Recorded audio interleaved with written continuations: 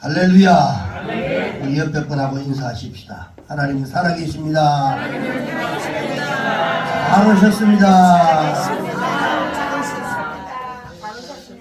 시편 34편 9절 말씀. 너희 성도들아 여호와를 경외하라. 그를 경외하는 자에게는 부족함이 없도다.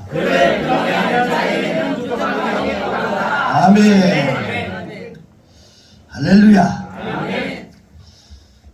어떤 순례자가 십자가를 지고 천국을 향해서 이 순례의 길을 걷고 있었습니다.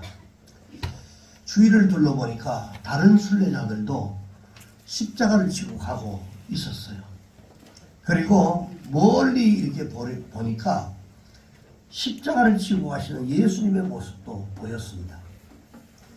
이 순례자들이 지고 가는 십자가가 너무 커서 그런지 모두들 땀을 뻘뻘 흘리면서 지고 가고 있었습니다. 이 순례자도 자기의 십자가를 열심히 지고 가고 있었습니다.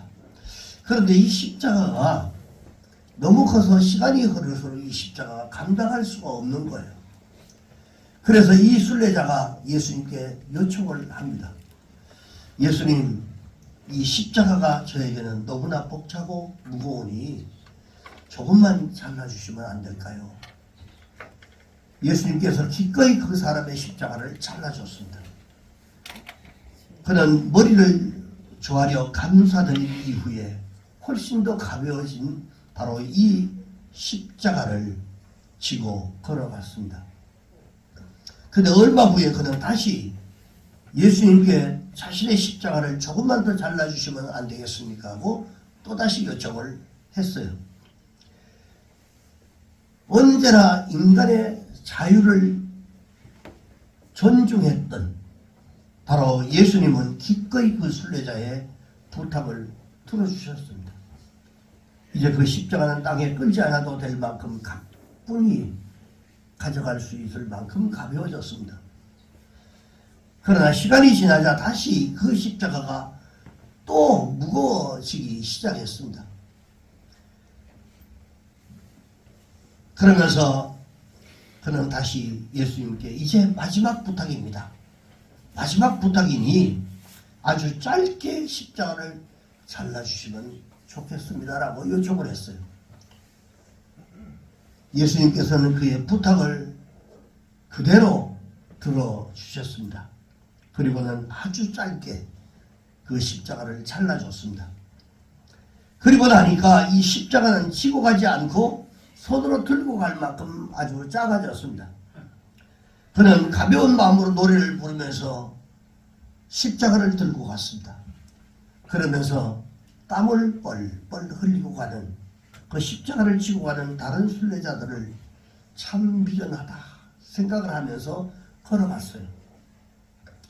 그런데 한참을 걸어가다가 기쁜 골짜기가 나타납니다.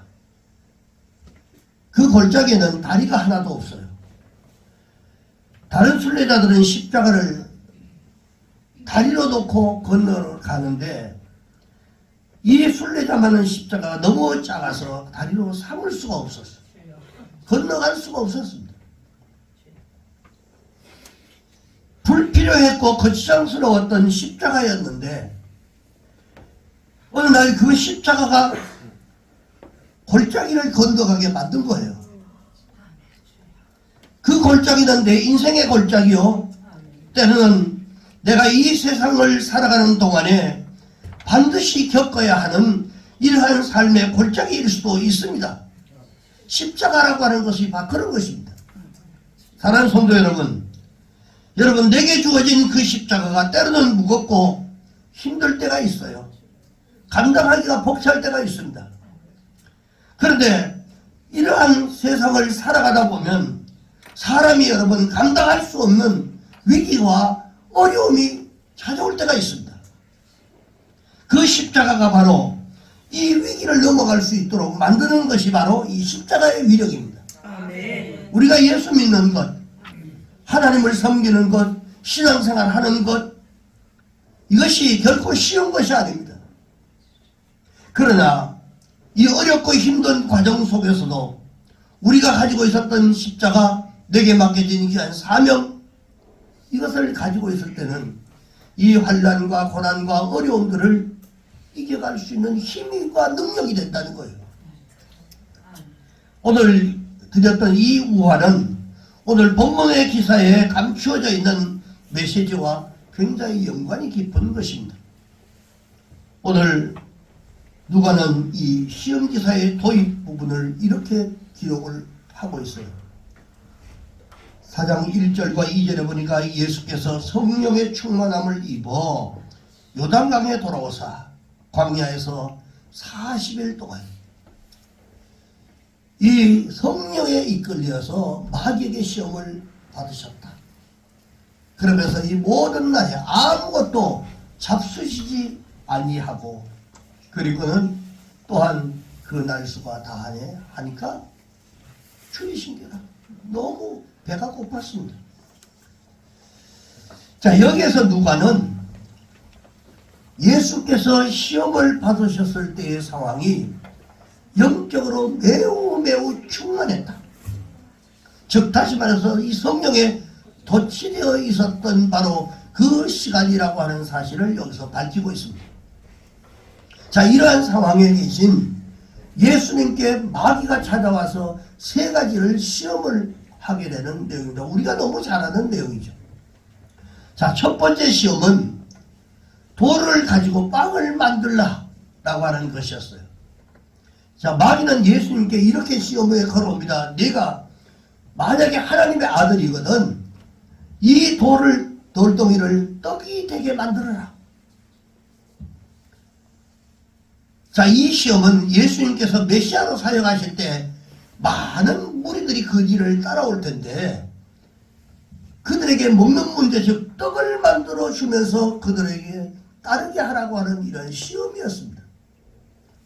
먹을 것을 제공하고 굶주리는 것을 해결해 주고 하라는 겁니다. 어떻게 보면 맞는 거죠. 그러나 예수님은 마귀의 제안을 거절을 합니다. 예수님의 답변은 사람이 떡으로만 살 것이 아니다. 예수님은 그 자신이 빵을 주기 위해서 오신 것이 아니라 우리 인간에게 새로운 삶을 주기 위해서 이 땅에 오셨던 겁니다. 물론 우리에게 빵이 필요합니다. 먹을 것이 필요하죠. 그런데 예수님 자신도 배고픈 무리들에게 빵을 만들어 주셨어요. 그러나 예수님은 그 자체가 이 땅에 오신 목적이 아니라는 겁니다. 우리가 먹고 사는 문제, 이것을 해결해 주기 위해서 이 땅에 오신 목적이 아니란 말이죠. 우리에게 빵이 정말로 중요한 게 하지만 그러나 그것이 중요한 게 아니라 예수님께서는 우리를 새롭게 변화되는 것이 더 중요하다라고 하는 사실을 우리에게 말씀하고 있는 겁니다. 하나님의 형상으로 새롭게 변화되면 빵의 문제가 자동적으로 해결된다는 이 사실을 우리에게 가르쳐 주기 위한 겁니다. 너희는 먼저 그의 나라와 그의 의를 구하라. 그리하면 이 모든 것을 너희에게 더하여 주리라. 우리가 영적으로 변화되면 반드시 여러분 영적으로 변화되면 삶의 문제, 빵의 문제는 하나님이 자동적으로 해결해 주신다는 거예요. 믿습니까 여러분? 자, 그러자 마귀는 누가 오늘 본문 5절에서 7절에 보니까 예수님을 높은 데로 이끌고 가서 순식간에 세계 모든 나라를 그에게 보여주면서 이같이 유혹을 합니다. 6절에서 7절을 보니까 이 모든 권위와 그 영광을 내가 너에게 주리라. 이것은 내게 넘겨주신 것이기 때문에 내가 원하는 자에게, 자기의 마음에 드는 사람에게 내가 이것을 넘겨줄 것이다. 그러니 내게 전하라라고 이렇게 얘기를 합니다. 자, 이 시험은 타협을 제시하는 이러한 시험이었습니다. 메시아로서 하나님의 나라의 표준을 무리들에게 제시하지 말고 적당히 타협해서 따르기 쉬운 이러한 세상의 수준의 것을 제시하라고 하는 이러한 제안을 하고 있는 겁니다. 예수님은 그 역시 그 제안을 거부했습니다. 8절에 보니까 주 너의 하나님께 경배하고 그분만 섬겨라. 여러분, 우리가 신앙생활 할 때 보면요, 교회 생활도 마찬가지고 바깥에 나가서도 마찬가지지만 자기의 인기를 생각할 때가 너무 많이 있습니다. 우리가 세상, 이 예수님의 오늘 이 세 가지의 시험은 우리가 세상을 살아가면서 필요한, 그리고 다가오는 이런 많은 시험들을 대표해서 보여주신 거예요. 그리고 또다시 마귀는 이것이 통하지 않으니까 9절에서 10절에 보니까 예수님을 예루살렘에 이끌고 가서 성전 꼭대기에 세우고는 그에게 이렇게 말합니다. 내가 하나님의 아들이거든. 여기에서 뛰어내려 보라. 하나님이 너를 위해서 자기의 천사들을 명해가지고 너를 지키게 할 것이야. 분명히 그렇게 지키게 할 것이다. 자, 이것은 대중적인 인기를 불러일으키라고 하는 이런 제안이었습니다. 예수님은 이 시험 역시도 물리치셨습니다. 주 너의 하나님을 시험하지 마라. 단호하게 그 제안을 거절을 합니다. 예수께서 받으신 이 시험에서 지나쳐버릴 수 없는 몇 가지 중요한 사실들이 있는데, 그것이 뭐냐면, 먼저는 예수님께서 시험을 받으실 때 성령이 충만한 상태에 계셨다라고 하는 사실입니다. 자, 이 말은 하나님의 나라를 위해서 우리가 충분한 영적인 능력을 갖추고 있었던 시간에 이 마귀가 예수님께 찾아왔다는 거예요. 찾아와서 여러분 그를 시험했다는 겁니다. 하나님 여러분, 시험이라고 하는 것은 무기력 상태에 있을 때보다도 항상 하나님의 나라를 위해서 어떤 일을 하고자 할 때에 그때 더 크게 온다는 것을 여러분 잊지 않기를 바랍니다. 은혜가 있는 곳에 더 큰 사단의 역사가 있다는 겁니다. 교회가 뭔가 열심히 부흥하고, 그리고 성도들의 삶이 내가 이제 열심히 신앙생활을 다시 해야 되겠다, 내가 결단하고 이제는 내가 정말 바른 신앙을 가져야 되겠다라고 생각하는 이 결단할 때에 꼭 사단이 우리의 마음을 흔들 때가 있어요. 뭔가 환경이 좋아지고, 그리고 또 뭔가 내가 열심으로 뭔가를 하려고 할 때 내 마음 가운데 찾아오는 사단의 속삼이 있다는 거예요. 이것을 우리가 잘 분별하고 그것을 거절할 수 있어야 합니다. 그리고 그 다음에 마귀가 예수께서 시험이 걸어올 때에 자기 말이 아닌 하나님의 말씀을 항상 인용한다는 겁니다. 아멘. 이 시험이라고 하는 것은 하나님의 말씀을 왜곡시키는 것으로부터 시작이 됩니다. 때로는 우리가 교회에 나오기에 좀 힘들다, 벅차다 이럴 때 성경에도 육신이 약한 거로 뭐 성경의 말씀이 나와서 아 그렇다, 그런가 봐요. 그렇긴 뭘 그래요 여러분. 예수의 이름으로 물리치면 물러가는데 왜 그걸 못하고 그런 마음을 받아들이냔 말이죠. 성경이 그 말이 그 말입니까 여러분? 그게 아니에요. 바쁘다, 힘들다, 뭐가 바쁘고 뭐가 힘듭니까? 지난번 여기 다니엘 교대 간증 들어보셨죠? 그 북한에서 온 그 자매, 이 땅에 오니까 이상한 병이 북한에는 없는 병이 있더라는 거예요. 무슨 병이에요? 우울증, 뭐 그다음에 뭐 무슨 병, 뭐 그런 병 걸릴 시간이 어딨냐고 그렇게 간증하는 소리는 다 알 겁니다. 하나님 바라보고 달려가면요 그런 거 안 옵니다 여러분. 예수 이름 달았다가 어디에 써먹어요? 그럴 때 써야지.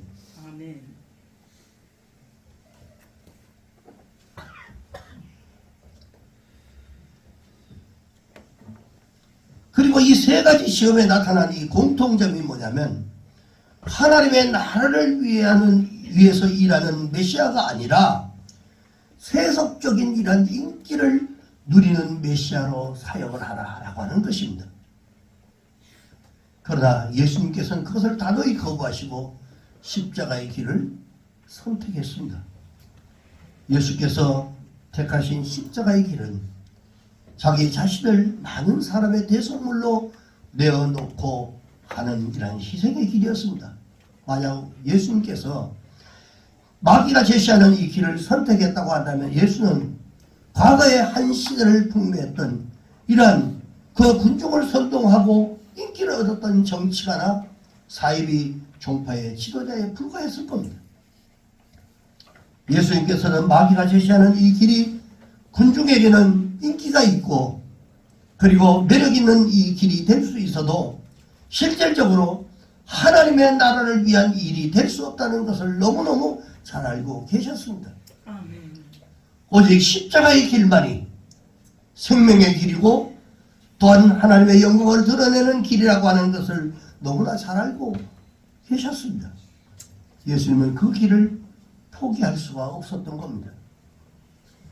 그런 면에서 예수님은 정직하게 살아가신 분이고 정직한 길을 제시하신 이러한 분이십니다. 옛날이나 지금이나 사람은 십자가의 종교를 여러분이 싫어합니다. 십자가 없는 종교인은 자신들의 허영심과 욕망을 충족시키는 그것을 바로 그런 종교를 원합니다. 좋은 얘기해주고 그리고 때로는 문제를 해결해주고 라고 하는 이런 것들만 바라보고 있단 말이에요. 그러나 십자가에 없는 종교에는 참된 구원이 없다는 사실을 여러분 잊지 않기를 바랍니다. 영생이 없습니다. 영생이. 영원한 생명이 없는 거예요. 신앙생활도 그렇게 하면 영원한 구원을 얻을 수 없습니다. 여러분. 그래서 적극적으로 열심히 신앙생활을 하려면 열심히 하셔야 돼요. 어떤 사람은 저거 예수에 미쳤다. 그게 정상적인 겁니다. 정상적인 거예요.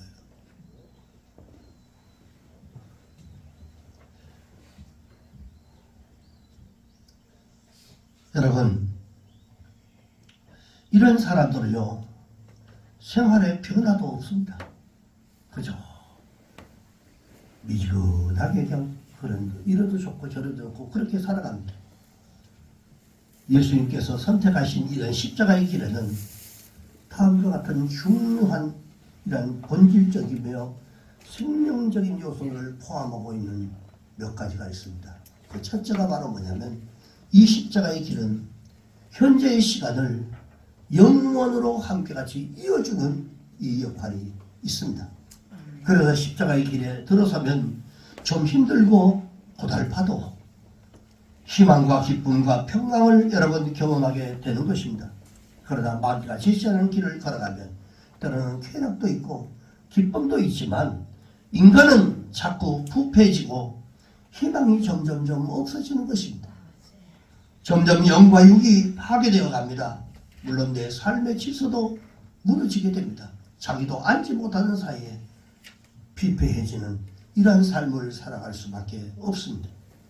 날마다 힘을 내고 용기 내도 여러분 부족한데 그래도 주님의 기쁨이 되기가 힘드는데 느긋하게 그렇게 살아가서야 어떻게 주님의 기쁨이 되겠습니까? 두 번째는 십자가의 길은 지난날의 잘못된 삶을 다 들추어내고 그리고 아프게 했던 것들을 근본적으로 다 치유하게 만드는 역할을 합니다. 십자가의 길을 걷고 있노라면 지난날에 잘못 살아왔던 것들이 자꾸 떠오르고 그리고 때로는 수치감과 부끄러움도 느끼게 됩니다. 여러분 충만할 때 한 번씩 돌아보면 참 내가 신앙생활을 하긴 했지만 하나님의 영이 내 속에 다 나를 사로잡으면 신앙생활 해왔던 이러한 것들 때로는 부끄러울 때가 있잖아요. 내가 왜 이런 형편없는 신앙생활을 내가 했지? 내가 이렇게밖에 신앙생활을 못했나? 이런 것들이 생각날 때가 있어요. 어떤 때는 막 너무 힘들고 어려워서 그 길을 이탈하고 싶을 때도 있어요. 그러나 거기에는 회개가 따르기 때문에 근본적인 치유가 여러분 있게 되어 있습니다. 그리고 자신을 건강하게 회복하게 만들어 주십니다. 그 다음에 세 번째는 예수님이 택하신 십자가의 길은 자기 자신을 부인하는 동시에 정체성을 분명히 드러내는 길입니다. 예수님은 십자가의 길을 걸어가셨고 최종적으로 십자가에 달려 죽으심으로 인해서 하나님의 아들로서의 정체성을 분명히 나타내 보여주셨습니다. 예수님을 따라가던 제자들이 십자가를 거부했을 때 그들에게도 이 사도로서의 정체성을 찾아볼 수가 없었어요. 도대체 예수님의 제자인가? 우리로 말하면 내가 지금 예수 믿는 사람인가? 아닌가? 라고 하는 이런 생각을 할 정도로 예수님을 볼 때는 한심했습니다. 그러나 나중에 십자가를 지고 자기에게 맡겨진 그 십자가를 지고 예수님을 따라갔을 때 그들에게도 사도라고 하는 이 정체성이 분명하게 드러났던 것을 알 수 있습니다.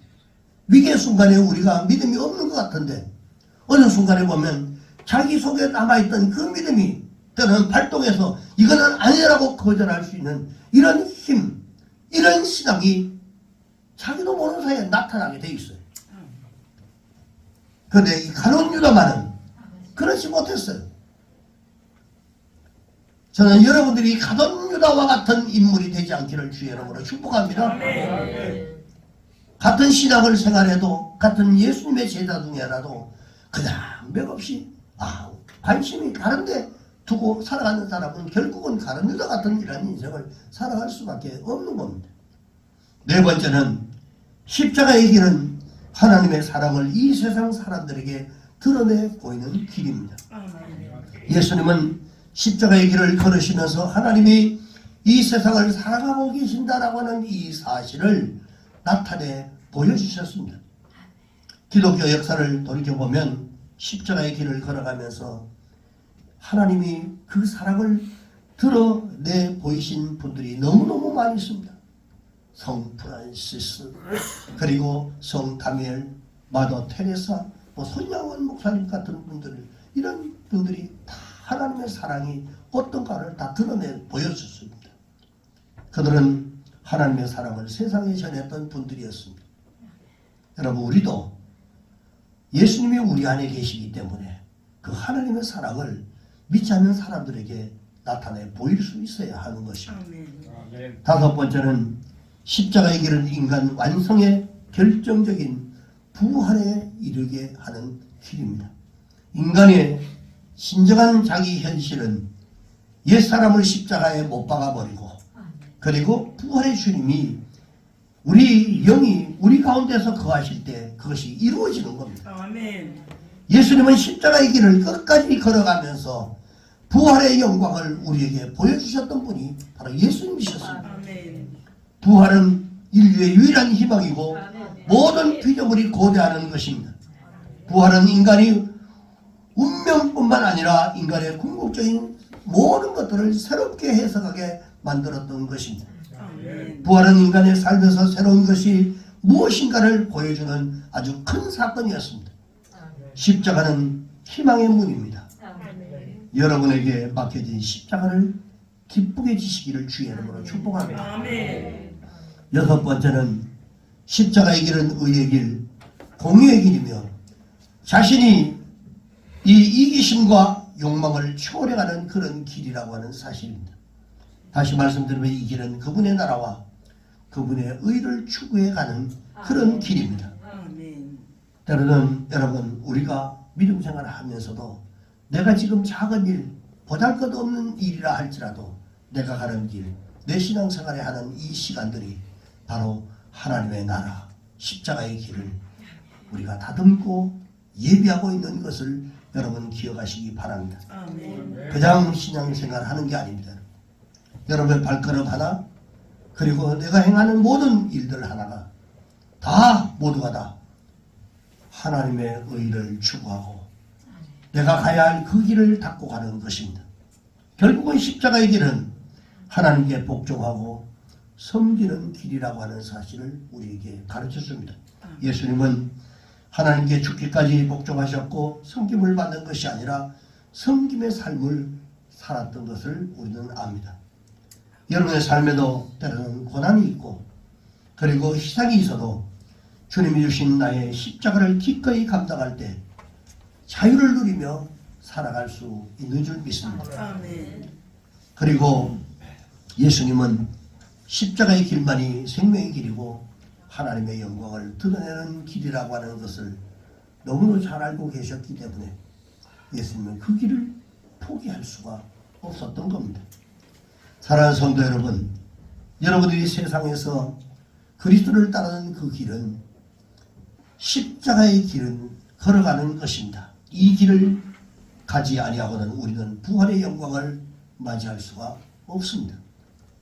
이 세상에는 우리가 바른 것을 선택할 수 있는 길이 많지 않습니다. 우리 그리스도인들이 선택해야 할 길은 오직 십자가의 길, 승리의 길, 바로 그 길이 승리의 길입니다. 아멘.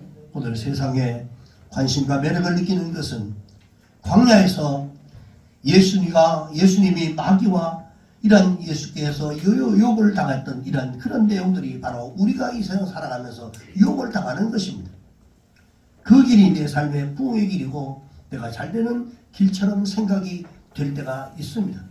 내가 잘 사는 길이고 내가 행복하게 사는 길이고 내가 정말 이 땅에 남에게 꿀리지 않는 이런 인생을 살아가는 길이다라고 생각할 수 있습니다. 그러나 여러분, 우리는 우리 시대에서 냉철한 분별을 가지고 진정으로 여러분 영생의 길이 어느 길인가를 우리가 구분하고 그리고 내게 맡게 된 십자가의 길을 기쁨으로 지고 달려가시기를 주의 이름으로 축원합니다. 기도하겠습니다.